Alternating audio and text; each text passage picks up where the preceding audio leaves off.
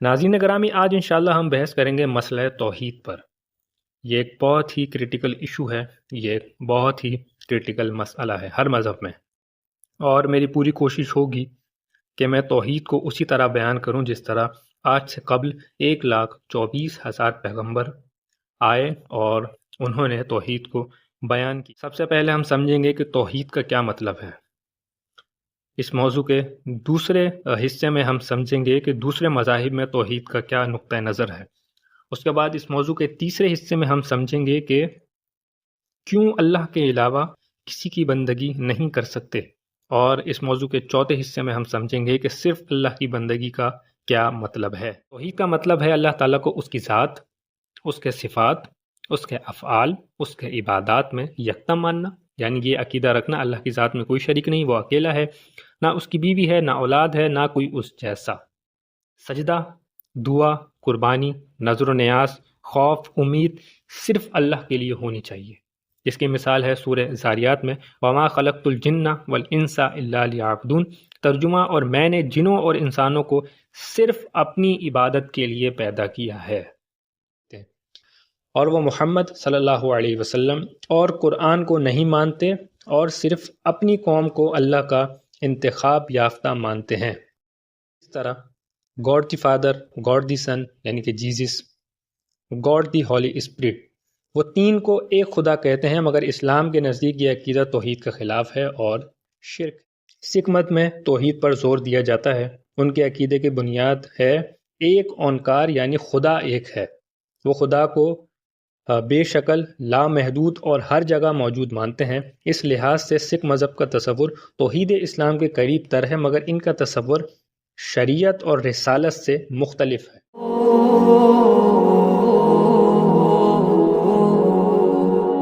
بسم اللہ الرحمن الرحیم۔ السلام علیکم ناظرین محترم، پروگرام ایک آواز میں آپ سب کا خوش آمدید۔ معزز حضرات، پچھلی نشست میں نے ایک بہت ہی غیر معمولی موضوع ڈسکس کیا تھا آپ لوگوں کے ساتھ، جس کا عنوان تھا مذہب اور انسان کا تعلق۔ مذہب اور انسان کا آپس میں کیا کنیکشن ہے، کیا ریلیشن ہے، اور میں نے ہر زاویہ نظر سے اور ایک ریسرچر کی حیثیت سے اپنا نقطہ نظر آپ لوگوں کی خدمت میں پیش کیا تھا، جس میں نے قرآنی دلائل اور ایکوائرڈ نالج کے بحاف پر اپنا نقطہ نظر بیان کیا تھا، جس کی چند جھلکیاں آپ ملاحظہ کیجئے۔ ہم انسانوں نے اپنی خواہشات کو پورا کرنے کے لیے، اپنے فائدے کے لیے، اپنی بقا کے لیے اس پیغام کو بار بار چینج کیا۔ اب سوال یہ ہے کہ اتنے سارے مذاہب کیسے وجود میں آ گئے؟ میں اس کا جواب بہت ہی آسان الفاظ میں سمجھوں۔ ہم میں سے ہر شخص کسی نہ کسی مذہب کا پیروکار ہے، کسی نہ کسی مذہب کا فالوور ہے۔ کوئی مسلمان ہے، کوئی کرسچن ہے، کوئی یہودی ہے، کوئی بدھزم میں بلیو رکھتا ہے، کوئی سکھزم میں بلیو رکھتا ہے، کوئی ایتھیسٹ ہے یعنی کہ ملحد ہے۔ ہم میں سے ہر شخص کسی نہ کسی مذہب کا پیروکار ہے، کسی نہ کسی کہ میں کبھی بھی یہ پسند نہیں کرتا کہ میں اپنی شخصیت کو پروموٹ کروں۔ میری آواز، میری سوچ، میری فکر لوگوں تک پہنچ جائے، میرے لیے اتنا ہی کافی ہے۔ اسی لیے میں نے یہ اقدام کیا ہے کہ میں کبھی بھی جو ہے اپنی شخصیت کو پروموٹ نہیں کروں گا۔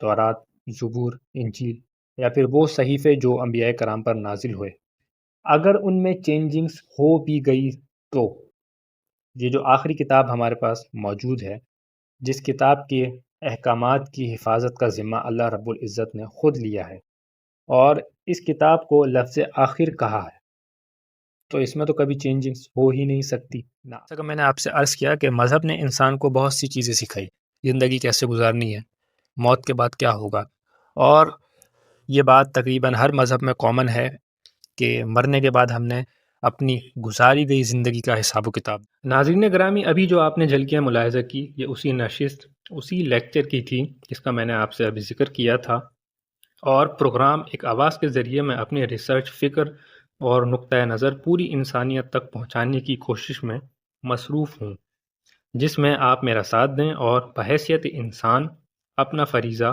پورا کریں۔ ناظرین گرامی، آج انشاءاللہ ہم بحث کریں گے مسئلہ توحید پر۔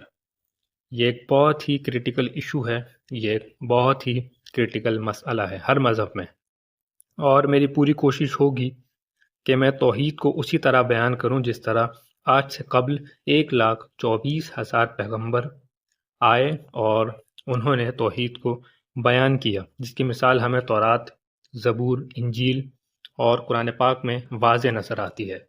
ناظرین گرامی، اس موضوع پر میں نے اپنا نقطہ نظر 4 پوائنٹس میں مشتمل رکھا ہے، 4 حصوں میں مشتمل رکھا ہے۔ سب سے پہلے ہم سمجھیں گے کہ توحید کا کیا مطلب ہے۔ اس موضوع کے دوسرے حصے میں ہم سمجھیں گے کہ دوسرے مذاہب میں توحید کا کیا نقطہ نظر ہے۔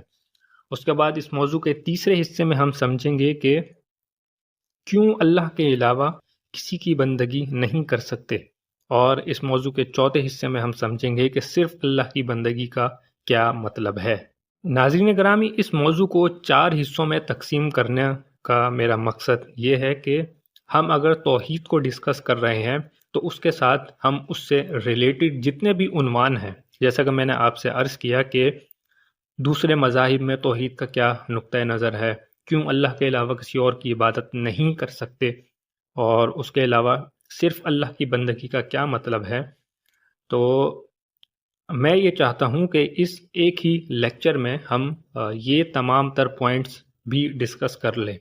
ان تمام تر پوائنٹس پر، ان تمام تر موضوعات پر میرا کیا نقطہ نظر ہے، میں یہ بھی بیان کر دوں تاکہ لوگوں کے لیے آسانی ہو، اور ایک ہی لیکچر میں، ایک ہی نشست میں ہم کافی ساری چیزوں کو کور کر لیں تاکہ ہمارا ٹائم بچے۔ ناظرین گرامی، میری پوری کوشش ہے کہ میں آسان ترین الفاظ میں اپنی ریسرچ، اپنا نقطہ نظر آپ لوگوں کی خدمت میں پیش کروں۔ اپنے پروگرام کو آگے بڑھاتے ہیں اور میں قرآنی دلائل، عقلی دلائل کے ساتھ آپ کو سمجھانے کی کوشش کرتا ہوں کہ توحید کا کیا معنی ہے۔ جو نئے سننے والے ہیں، ہمیں نئے جوائن کرنے والے ہیں، ان کے لیے میں عرض کر دوں کہ آج کا ہمارا موضوع ہے مسئلہ توحید، جسے میں نے 4 حصوں میں ڈیوائیڈ کیا ہے، 4 حصوں میں تقسیم کیا ہے۔ سب سے پہلے حصے میں ہم سمجھیں گے کہ توحید کا کیا معنی ہے، توحید کا کیا مطلب ہے۔ دوسرے حصے میں ہم سمجھیں گے کہ دوسرے مذاہب میں توحید کا کیا نقطہ نظر ہے۔ تیسرے حصے میں ہم سمجھیں گے کہ کیوں اللہ کے علاوہ کسی اور کی بندگی نہیں کر سکتے۔ چوتھے حصے میں ہم سمجھیں گے کہ اللہ کی بندگی کا کیا معنی ہے، کیا مطلب ہے۔ ناظرین گرامی، سب سے پہلے ہم اس موضوع کے پہلے حصے کو سمجھتے ہیں کہ توحید کا لفظی معنی کیا ہے، توحید کا لفظی مطلب کیا ہے۔ توحید کا مطلب ہے اللہ تعالیٰ کو اس کی ذات، اس کے صفات، اس کے افعال، اس کے عبادات میں یکتا ماننا، یعنی یہ عقیدہ رکھنا اللہ کی ذات میں کوئی شریک نہیں، وہ اکیلا ہے، نہ اس کی بیوی ہے، نہ اولاد ہے، نہ کوئی اس جیسا۔ جو لفظ توحید ہے اس کے معنی میں یہ 4 چیزیں آتی ہیں: ذات، صفات، افعال اور عبادات۔ اب یہ کیا ہے وہ میں آپ کی خدمت میں پیش کرتا ہوں۔ سب سے پہلے اللہ رب العزت کی ذات پر دلیل۔ سورہ اخلاص میں اللہ رب العزت نے ارشاد فرمایا: قل هو اللہ احد اللہ الصمد لم یلد ولم یولد ولم یکن لہ کفوا احد۔ کہہ دیجئے وہ اللہ ایک ہے، اللہ بے نیاز ہے، نہ اس نے جنا اور نہ وہ جنا گیا اور نہ ہی کوئی اس جیسا۔ یہ صاف الفاظ میں اللہ رب العزت نے قرآن میں ارشاد فرما دیا اپنی ذات کے بارے میں۔ اب اللہ کی صفات کے بارے میں کیا دلیل ہے؟ اللہ کی صفات کا کیا معنی ہے؟ اس کا علم، اس کی قدرت، حیات، سننا، دیکھنا، دنیا میں جتنے بھی کام ہو رہے ہیں یہ تمام تر چیزیں اللہ کی صفات میں شامل ہے۔ اور اگر ہم اللہ رب العزت کی صفات میں بھی کسی کو شریک کرتے ہیں تو ہم توحید کا اصل حق نہیں ادا کر سکیں گے۔ اس کی دلیل ہے سورہ شورى آیت نمبر 11: لیس کمثلہ شیء وہو السمیع البصیر۔ اس جیسا کوئی نہیں اور وہی خوب سننے والا اور خوب دیکھنے والا ہے۔ یہ اللہ رب العزت کی صفات پر دلیل ہے۔ سب سے پہلے میں نے آپ کو دلیل دی اللہ رب العزت کی ذات پر، کہ اگر ہم اللہ کی ذات میں کسی کو شریک ٹھہراتے ہیں تو بھی ہم توحید کا حق ادا نہیں کرتے۔ اگر ہم اللہ کی صفات میں کسی کو شریک ٹھہراتے ہیں تو بھی ہم توحید کا صحیح حق ادا نہیں کرتے۔ اللہ کی صفات کیا ہیں؟ اس کا علم، اس کی حکمت، اس کی قدرت، اس کا زندہ رہنا، اس کا لوگوں کو مردہ کرنا، اس کا لوگوں کو دوبارہ اٹھانا، یہ اللہ کی صفات ہے، جس پر میں نے آپ کو دلیل عرض کر دی۔ اس کے بعد بات کرتے ہیں افعال کی۔ افعال میں کیا شامل ہے؟ کائنات کو پیدا کرنا، لوگوں کو رزق دینا، لوگوں کو زندگی دینا، لوگوں کو موت دینا، یہ صرف اللہ رب العزت کا کام ہے، کوئی اور اس کا اختیار نہیں رکھتا۔ اس کی دلیل ہے سورہ یونس میں، قُلْ مَن يَرْزُقُكُم مِّنَ السَّمَاءِ وَالْأَرْضِ أَمَّن يَمْلِكُ السَّمْعَ وَالْأَبْصَارَ وَمَن يَخْرُجُ الْحَيَّ مِنَ الْمَيِّتِ وَيُخْرِجُ الْمَيِّتَ مِنَ الْحَيِّ وَمَن يُدَبِّرُ الْأَمْرَ فَسَيَقُولُونَ اللَّهُ فَقُلْ أَفَلَا تَتَّقُونَ۔ ترجمہ، اے نبی صلی اللہ علیہ وسلم، کہیے کون تمہیں آسمان اور زمین سے رزق دیتا ہے؟ کون تمہارے لیے کان اور آنکھوں کا مالک ہے؟ کون زندہ کو مردہ سے اور مردہ کو زندہ سے نکالتا ہے؟ اور کون تمام امور کو چلاتا ہے؟ وہ کہیں گے اللہ۔ پھر کہیے کیا تم ڈرتے نہیں؟ یہ تین چیزیں ابھی میں نے آپ کی خدمت میں عرض کی، اللہ رب العزت کی ذات، اللہ رب العزت کی صفات، اللہ رب العزت کی افعال۔ اب عبادات میں شریک نہیں کرنے سے کیا معنی ہے؟ سجدہ، دعا، قربانی، نذر و نیاز، خوف، امید صرف اللہ کے لیے ہونی چاہیے۔ اس کی مثال ہے سورہ زاریات میں، وَمَا خَلَقْتُ الْجِنَّ وَالْإِنسَ إِلَّا لِيَعْبُدُونَ۔ ترجمہ، اور میں نے جنوں اور انسانوں کو صرف اپنی عبادت کے لیے پیدا کیا ہے۔ یہ اللہ رب العزت قرآن میں انسانوں سے خطاب کر رہے ہیں۔ یہ توحید کا اصل معنی ہے۔ ناظرین گرامی، میں نے اپنا نقطہ نظر بہت ہی احتیاط اور آسان الفاظ میں بیان کرنے کی کوشش کی ہے، قرآنی دلائل سے اور اپنی فکر سے، کیونکہ یہ معاملہ بہت کریٹیکل ہے، اسی لیے احتیاط ضروری ہے۔ اور ایک بات اور میری اپنے ذہن میں رکھیں کہ اس کے علاوہ توحید کا اور کوئی معنی نہیں ہے۔ اب اس موضوع کے ناظرین گرامی، اب اس موضوع کے دوسرے حصے کی جانب چلتے ہیں کہ دوسرے مذاہب میں توحید کا کیا نقطہ نظر پایا جاتا ہے، وہ توحید کو کس لیول پر لے کر جاتے ہیں دوسرے مذاہب۔ اگر ہم توحید کے موضوع کو ڈسکس کر رہے ہیں تو ہمیں یہ بھی بخوبی معلوم ہونا چاہیے کہ ہم میں اور دوسرے مذاہب میں، جو آج دنیا میں مذاہب موجود ہیں، دوسرے مذاہب میں کیا فرق ہے۔ میں صرف چند مذاہب کا ذکر کروں گا، جن میں یہودیت یعنی کہ جوڈزم، عیسائیت یعنی کہ کرسچینٹی، اس کے بعد ہندو مت یعنی کہ ہندوازم، اس کے بعد بدھ مت یعنی کہ بدھزم، اس کے بعد سکھ مت یعنی کہ سکھزم۔ یہ چند بڑے اور اہم مذاہب ہیں جو کہ اس دنیا میں موجود ہیں اسلام کے علاوہ۔ میں نے آپ سے عرض کیا یہودیت، عیسائیت، ہندو مت، بدھ مت، سکھ مت، یہ بڑے اور اہم مذاہب ہیں اسلام کے علاوہ، اور ان کے ماننے والے لاکھوں کروڑوں میں ہیں۔ میں آپ سے مختصر عرض کروں گا جو کہ یہ مذاہب نظریہ رکھتے ہیں توحید کے حوالے سے۔ سب سے پہلے بات کرتے ہیں یہودیت کی۔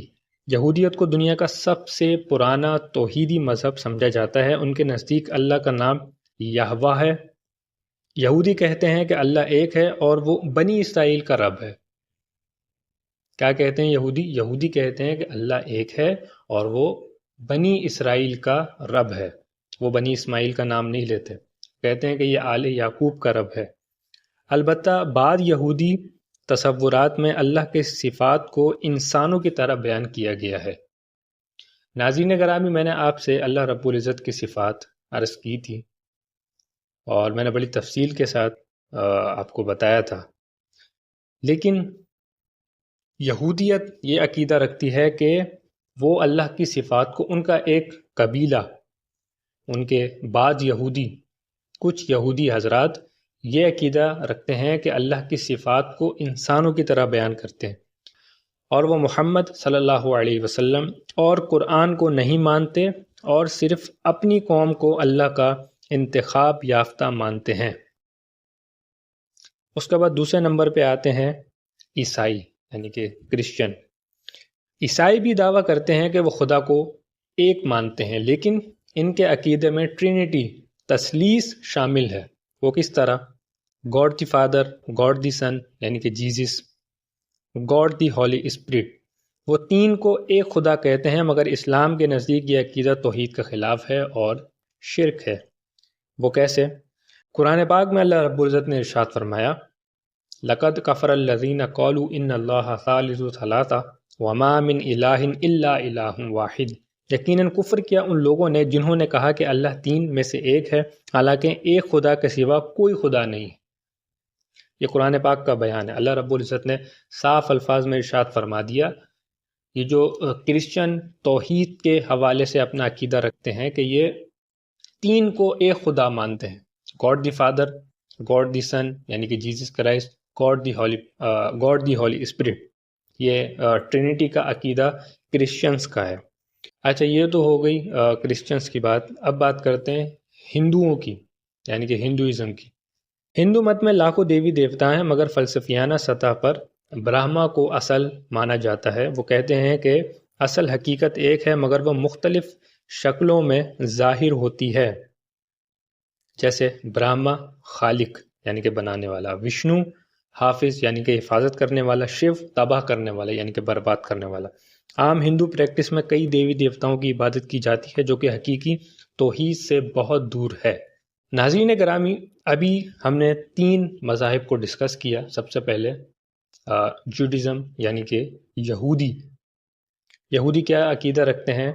ان کے نزدیک اللہ کا نام یہوہ ہے۔ یہودی کہتے ہیں کہ اللہ ایک ہے لیکن وہ صرف بنی اسرائیل کا رب ہے، ٹھیک ہے، اور وہ جناب رسول خدا صلی اللہ علیہ وسلم اور قرآن کو نہیں مانتے۔ اس کے بعد ہم نے بات کری عیسائیت کی۔ عیسائی ایک خدا میں بلیو رکھتے ہیں لیکن وہ کہتے ہیں کہ تین ایک ہے، گاڈ دی فادر، گاڈ دی سن یعنی کہ جیزس یعنی کہ عیسیٰ علیہ السلام، اس کے بعد گاڈ دی ہولی اسپرٹ۔ اس کے بعد ہندو مت کا میں نے آپ سے عرض کیا۔ اب بات کرتے ہیں بدھزم کی، جسے بدھ مت کہا جاتا ہے۔ بدھ مت میں خدا کا کوئی واضح تصور نہیں ہے۔ بدھا کی تعلیمات زیادہ تر اخلاقیات، دکھ سے نجات اور نروان حاصل کرنے پر مبنی ہوتی ہے۔ نروان یعنی کہ ہندی میں کہتے ہیں موکش اور اردو میں کہتے ہیں سکون۔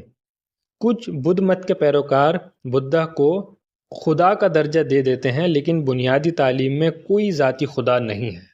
اور ناظرین گرامی، یہ مذہب اس لحاظ سے تو ٹھیک ہے کہ یہ نظام اخلاق کی بات کرتا ہے، اخلاقیات کی بات کرتا ہے، دکھ سے نجات، امن، سکون کی بات کرتا ہے، لیکن یہ توحید کے کرائٹیریا پر پورا نہیں اترتا کیونکہ بدھ مت میں خدا کا کوئی تصور ہی نہیں ہے۔ اس کے بعد ہم بات کرتے ہیں سکھزم کی، جو سکھ ہوتے ہیں۔ سکھ مت میں توحید پر زور دیا جاتا ہے۔ ان کے عقیدے کی بنیاد ہے ایک اونکار یعنی خدا ایک ہے۔ وہ خدا کو بے شکل، لامحدود اور ہر جگہ موجود مانتے ہیں۔ اس لحاظ سے سکھ مذہب کا تصور توحید اسلام کے قریب تر ہے، مگر ان کا تصور شریعت اور رسالت سے مختلف ہے۔ آپ کو بات سمجھ میں آ رہی ہے کہ جو سکھزم ہے، ان کا اور اسلام کا، ان دونوں کا توحید کا کرائٹیریا میکسیمم ایک ہے، لیکن شریعت اور رسالت سے مختلف ہے۔ ان کے ہاں جو شریعت پائی جاتی ہے یا ان کے ہاں رسالت کا کوئی تصور نہیں، ان کے ہاں شریعت کا کوئی تصور نہیں، ان کے اپنے کانسیپٹ ہیں۔ تو ناظرین گرامی، یہ تھے وہ چند اہم اور بڑے مذاہب جن میں اپنے بنائے گئے کچھ قوانین ہیں توحید پر اور عبادات پر۔ میرے خیال سے یہاں پر میرا پوائنٹ کلیئر ہو گیا ہوگا آپ سب کو۔ اب اس موضوع کے تیسرے حصے کو سمجھتے ہیں کہ اللہ کے علاوہ کسی کی بندگی کیوں نہیں کر سکتے۔ ایک تو وہ لوگ ہیں جو اللہ کے علاوہ کسی اور کی بندگی کر رہے ہیں۔ یہ جواب انہی لوگوں کے لیے ہے کہ اللہ کے علاوہ کسی اور کی بندگی کیوں نہیں کر سکتے۔ اس موضوع کے اس حصے کا جواب غور طلب ہے سب حضرات کے لیے، چاہے وہ مسلمان ہوں یا کسی بھی مذہب کے ماننے والے ہوں۔ اگر وہ مسلمان ہے تو ان کے لیے نالج ہے، اور اگر وہ کسی اور مذہب کے ماننے والے ہیں تو ان کے لیے بھی یہ نالج ہے۔ میں یہ سمجھتا ہوں کہ جس ہستی کی ہم عبادت کر رہے ہیں، جس کے آگے اپنا سر تسلیم خم کر رہے ہیں، جسے پوج رہے ہیں، اس ہستی میں کم سے کم یہ 5 خصوصیات ہونی چاہیے جو کہ ہم مذہب اسلام کے ماننے والے بلیو رکھتے ہیں، اور یہ ہم دلیل پیش کرتے ہیں تمام تر مذاہب کے آگے۔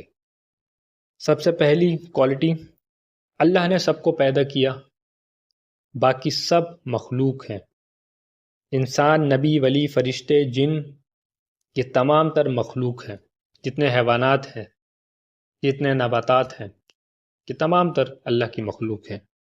یہ تمام تر چیزیں اللہ کی محتاج ہیں، سب کچھ اللہ کے قبضے میں ہے، تو عبادت کا حق بھی صرف اس کو ہے۔ یہ کامنلی ہے ہر مذہب میں کہ ان کا بلیو یہ ہے، ہر مذہب کا تقریباً آلموسٹ بلیو یہ ہے کہ اس دنیا کو بنانے والا اللہ ہے، اس دنیا کو تخلیق کرنے والا اللہ ہے۔ ہم مسلمز، اسکالر، مسلمان قرآن سے دلیل دیتے ہیں، یا ایھا الناس اعبدوا ربکم الذی خلقکم والذین من قبلکم، اے لوگو اپنے رب کی عبادت کرو جس نے تمہیں اور تم سے پہلے لوگوں کو پیدا کیا۔ سورہ بقرہ، سورہ البقرہ۔ اس کے بعد دوسری کوالٹی جس ہستی کی ہم عبادت کر رہے ہیں اس میں یہ ہونی چاہیے، جس کا ہم بار بار اعلان کرتے ہیں، جو روزی دیتا ہو، صحت دیتا ہو، زندگی اور موت دیتا ہو، وہی عبادت کے لائق ہے، اس کے علاوہ کوئی عبادت کے لائق نہیں ہے۔ باقی سب لینے والے ہوں، صرف وہی دینے والا ہو۔ اب اس کی دلیل کیا ہے ہمارے پاس؟ قرآن پاک میں اللہ رب العزت نے ارشاد فرمایا، ان اللہ هو الرزاق ذو القوۃ المتین، بے شک اللہ ہی رزق دینے والا ہے، بڑی قوت والا، مضبوط۔ سورہ ذاریات۔ تیسری کوالٹی، اللہ کا حق ہے کہ اس کی بندگی کی جائے، اگر یہ حق کسی اور کو دے دیا جائے تو یہ سب سے بڑا ظلم ہے۔ قرآن پاک میں اللہ رب العزت نے ارشاد فرمایا، ان الشرک لظلم عظیم، بے شک شرک بڑا ظلم ہے۔ یہ ہم مسلمانوں کے نزدیک شرک بہت بڑا ظلم ہے، بہت ظلم عظیم ہے۔ اور میں نے ابھی جو گزشتہ 2 کوالٹیز گنوائی، اگر اس پر کوئی مسلمان بلیف رکھتا ہے تو وہ اس شرک والا گناہ کبھی بھی نہیں کرے گا۔ یہ سورہ لقمان کی آیت تھی۔ اس کے بعد چوتھی جو کوالٹی اس کے اندر ہونی چاہیے، مشکل وقت میں سب اللہ ہی کو پکارتے ہیں، کوئی اور نہیں بچا سکتا۔ اگر کوئی مخلوق نفع و نقصان میں اختیار رکھتی تو لوگ قبر یا بت کے آگے مانگتے اور فوراً مل جاتا، مگر حقیقت یہ نہیں ہے۔ یہ چوتھی کوالٹی ہے کہ وہ ہر چیز دینے پر قادر ہو، اس کے علاوہ کوئی بھی ایسا نہ ہو جو اس جیسا کر سکے، اور اگر کوئی مخلوق نفع اور نقصان میں اختیار رکھتی تو لوگ قبر یا بت کے آگے مانگتے اور فوراً مل جاتا، اللہ کے علاوہ جھکنے کی ضرورت ہی نہیں پڑتی۔ یہ چوتھی کوالٹی ہے کہ وہ جو دے سکتا ہے وہ کوئی اور ہستی کبھی بھی نہیں دے سکتی۔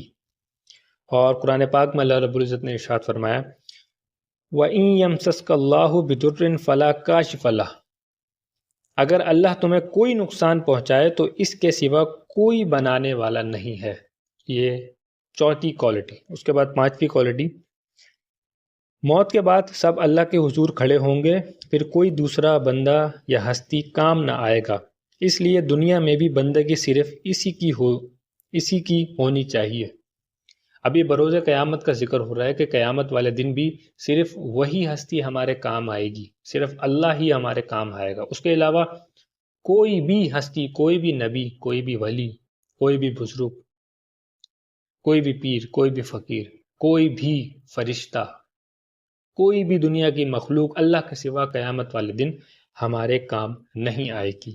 قرآن پاک میں اللہ رب العزت نے ارشاد فرمایا، انا للہ و انا الیہ راجعون، تم سب اس کی طرف لوٹائے جاؤ گے۔ سورہ البقرہ۔ ناظرین گرامی، میں امید کرتا ہوں کہ میں اپنا نقطہ نظر ہر موضوع کے حوالے سے آپ کے سامنے بخوبی پیش کر چکا ہوں۔ اب ہم اس موضوع کے آخری حصے کو سمجھتے ہیں، اور میں اپنا نقطہ نظر آپ کی خدمت میں پیش کرتا ہوں کہ صرف اللہ کی بندگی کا کیا مطلب ہے۔ ناظرین گرامی، اللہ کی بندگی سے مراد ایمان کا اقرار۔ نمبر 1، ایمان کا اقرار، دل سے یہ ماننا کہ اللہ ہی میرا رب ہے، میرا خالق، میرا رازق اور میرا مالک ہے۔